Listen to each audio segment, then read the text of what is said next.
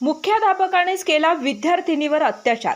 कोल्हापूर जिल्ह्यातील कागल तालुक्यात शिक्षकी पेशाला काळिमा फासणारी घटना उघडकीस आली आहे। एका आश्रमशाळेच्या मुख्याध्यापकानेच अल्पवयीन विद्यार्थिनीवर लैंगिक अत्याचार केल्याचा धक्कादायक प्रकार समोर आलाय। पीडित विद्यार्थिनीच्या आजारी आईच्या परिस्थितीचा गैरफायदा घेत संशयिताने 2 वेळा अत्याचार केल्याचा आरोप आहे।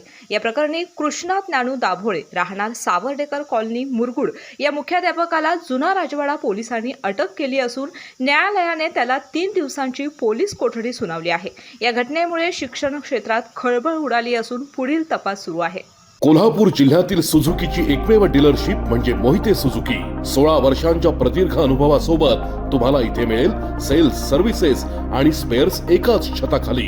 18% GST सह विविध योजनांचा लाभ घेण्यासाठी भेट द्या मोहिते सुझुकी, काळा नाका, कोल्हापूर, मोहिते सुझुकी, उद्यमनगर, कोल्हापूर आणि मोहिते सुझुकी, सानेगुरुजी, कोल्हापूर। आजच आपली गाडी बुक करून दसरा आणि दिवाळीचा आनंद द्विगुणित करा।